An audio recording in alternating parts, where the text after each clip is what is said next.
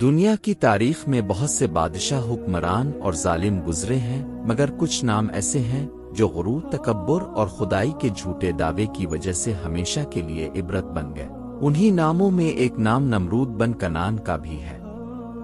نمرود وہ شخص تھا جس نے اللہ رب العزت کے مقابل خود کو خدا کہنے کی جرأت کی، جس نے انسانوں کو اپنی عبادت پر مجبور کیا، اور جس کے سامنے حضرت ابراہیم علیہ السلام نے توحید کا علم بلند کیا۔ نمرود کی کہانی صرف ایک ظالم بادشاہ کی داستان نہیں، بلکہ یہ انسانی غرور، طاقت کے نشے اور اللہ کی قدرت کے سامنے بے بسی کی ایک زندہ مثال ہے۔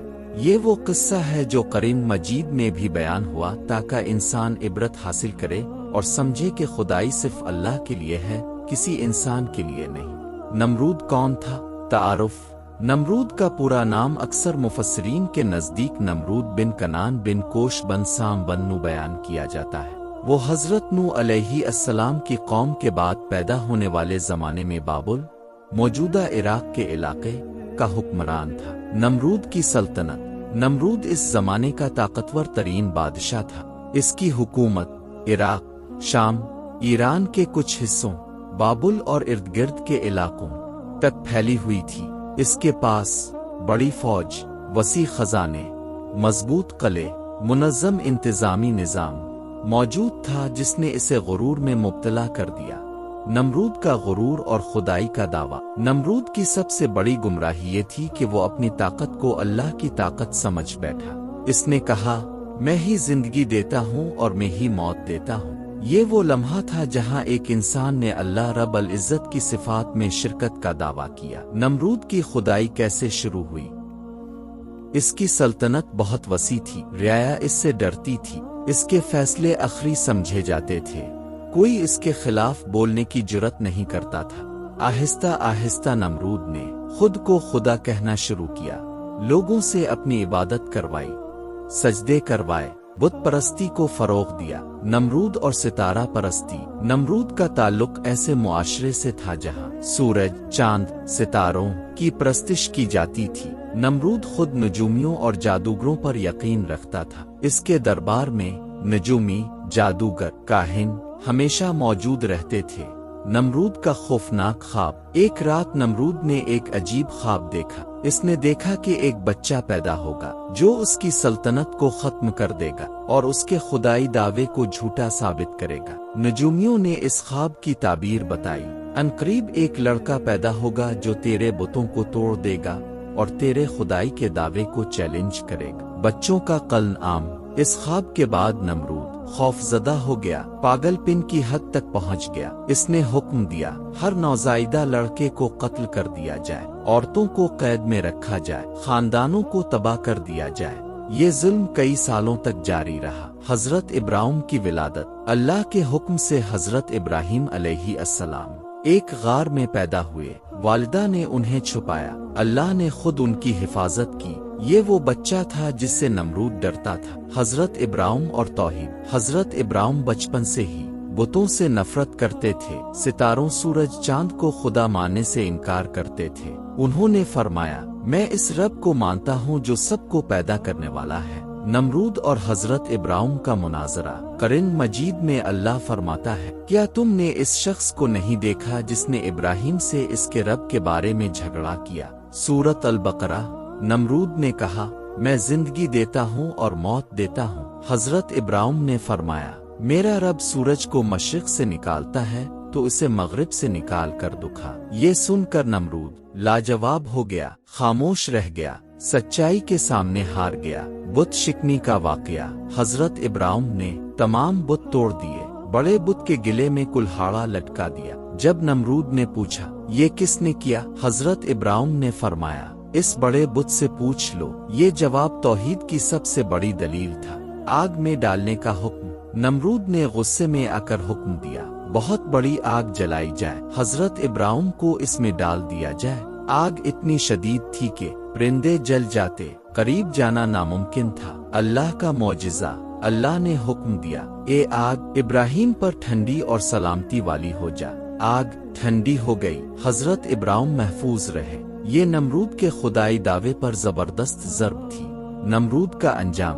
नमरूद ने फिर भी तौबा न की, तकब्बुर में मुब्तला रहा। अल्लाह ने एक मच्छर भेजा जो नमरूद की नाक के जरिए दिमाग में दाखिल हुआ। नमरूद दर्द से चीखता रहा, सर पर जूते मरवाता रहा। आखिरकार वो जलील होकर मर गया। इबरत के पहलू। नमरूद की कहानी हमें सिखाती है, ताकत गुरूर बन जाए तो तबाही आती है। अल्लाह के मुकाबिल खड़ा होना हलाकत है। हक कमजोर लगे मगर गालिब होता है। तौहीद सबसे बड़ी सच्चाई है। इख्तितामिया। नमरूद का नाम आज इबरत की अलामत है, तकब्बुर की मिसाल है, खुदाई के झूठे दावे का अंजाम है। जबकि हजरत इब्राहिम तौहीद के इमाम, अल्लाह के खलील, हक के अलमबरदार हैं।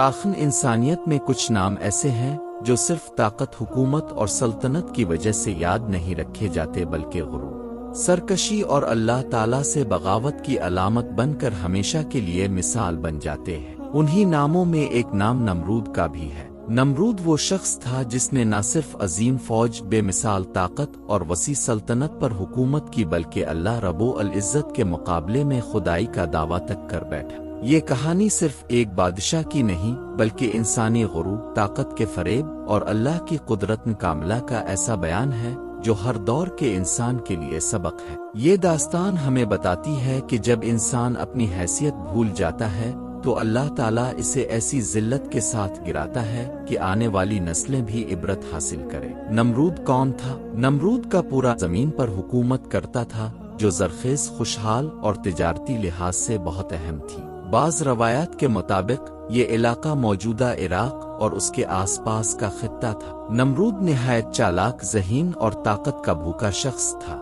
इसने बहुत कम उम्र में सियासत, जंग और हुकूमत के उसूल सीख लिए थे। रफ्ता रफ्ता इसने अपने इलाके के छोटे हुक्मरानों को शिकस्त देकर एक अजीम सल्तनत कायम कर ली। नमरूद की फौज, तादाद और ताकत। नमरूद की सबसे बड़ी ताकत इसकी फौज थी। तारीख बताती है कि इस जमाने में इस जैसी मुनज़्ज़म, ताकतवर और बड़ी फौज किसी और बादशाह के पास नहीं थी। फौज की खुसूसियात। लाखों सिपाही। नमरूद की फौज में लाखों की तादाद में सिपाही शामिल थे जो मुख्तलिफ इलाकों से भर्ती किए गए थे। मुकम्मल नज़्म व ज़ब्त। इसकी फौज सख्त तरबियत याफ्ता थी। हर सिपाही हुक्म मानने का पाबंद था। जदीद असलहा।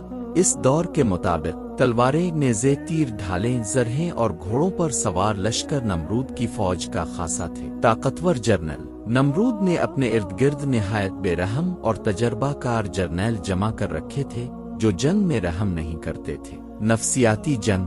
दुश्मन को लड़े बगैर खौफजदा करना नमरूद की हिकमत अमली थी। इसकी फौज की शोहरत ही दुश्मन के दिल दहला देती थी।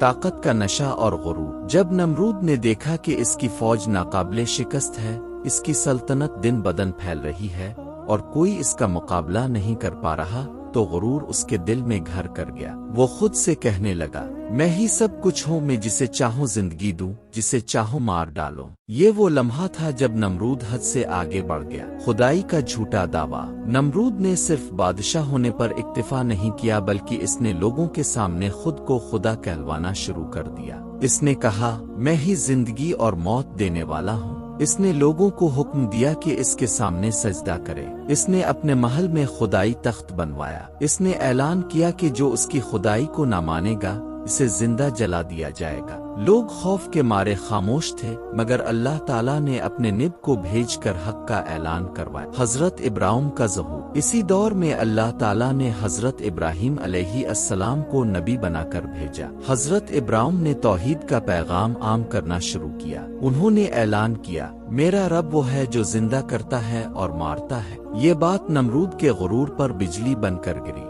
नमरूद और हजरत इब्राहिम का मुकालमा। नमरूद ने हजरत इब्राहिम को दरबार में बुलाया। दरबार फौज, वजीरों और दरबारियों से भरा हुआ था। नमरूद ने कहा, तुम्हारा रब कौन है? हजरत इब्राहिम ने निहायत सुकून से फरमाया, मेरा रब वो है जो जिंदगी देता है और मौत देता है। नमरूद ने फौरन 2 कैदी बुलाए, एक को कत्ल कर दिया और एक को छोड़ दिया। कहने लगा, देखा, मैं भी जिंदगी और मौत दे सकता हूँ। हजरत इब्राहिम ने फरमाया, मेरा रब सूरज को मशरिक से निकालता है, अगर तुम सच्चे हो तो मगरिब से निकाल कर दिखाओ। ये सुनकर नमरूद लाजवाब हो गया।